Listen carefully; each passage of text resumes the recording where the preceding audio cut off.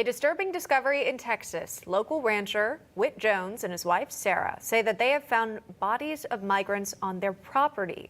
They're not alone. Neighbors have also made the same chilling discovery. They join us now live here on National Report. Whit, you live in Hebronville, Texas, where there's a Border Patrol checkpoint. Tell me about what you found on your property.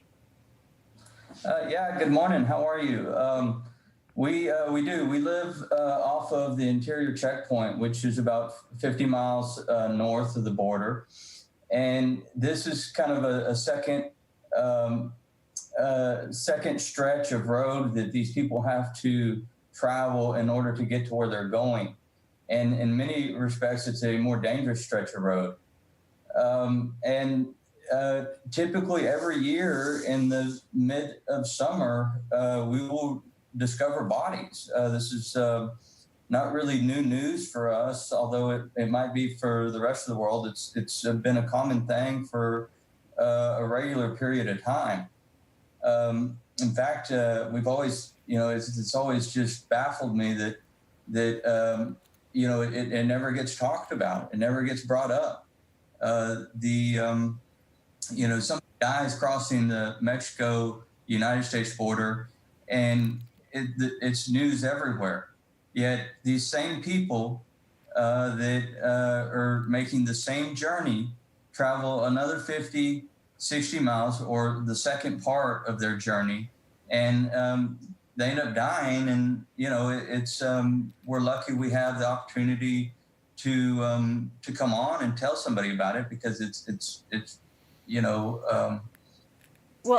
ongoing, terrible experience. Well, you say it's ongoing. This is, quite frankly, very disturbing for anyone who's tuning in and might not understand the fact that you are making these discoveries here. Sarah, what's been, quite frankly, extra concerning now is the fact that we have seen a surge in migrants attempting to cross into the United States this past year.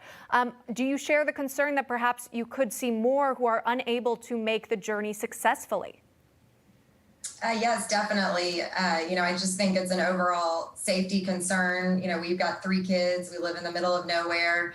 And it's heartbreaking, but it's also starting to become scary. I don't walk on my own anymore. We can't leave the kids on their own, because the numbers are increasing, and it's definitely getting to be a more dangerous situation, both for them and for us. And Whit, tell me about local law enforcement. Have you been in contact with police officials or even border agents who are able to assist? Yeah. So the way it works is when the immigrants are alive, it's a federal issue, and once they are deceased, it's a state issue. And so it falls in the hands of our counties to deal with this. And it is completely eating away at our counties. The funding to deal with these things is just eating away at these, small counties' funds. This isn't a new thing. Just in 2012, in Brooks County, there was 128 bodies. This is every year, though. There's thousands of bodies that have been recovered, not just hundreds over the years. Yeah. And it's never discussed. It's never brought up. And, it's the danger and the fear that exists in our part of the world, isn't so much from the perspective of, these are dangerous people that are coming. Yes, some are dangerous, some aren't. But anybody that is out in the desert, basically, is what this is a desert.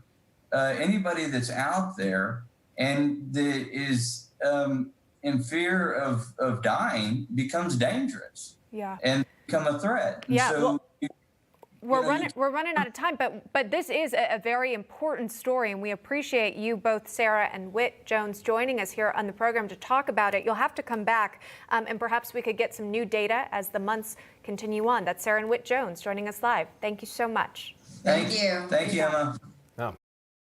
Hey, I'm Rob Finnerty. Thanks for watching.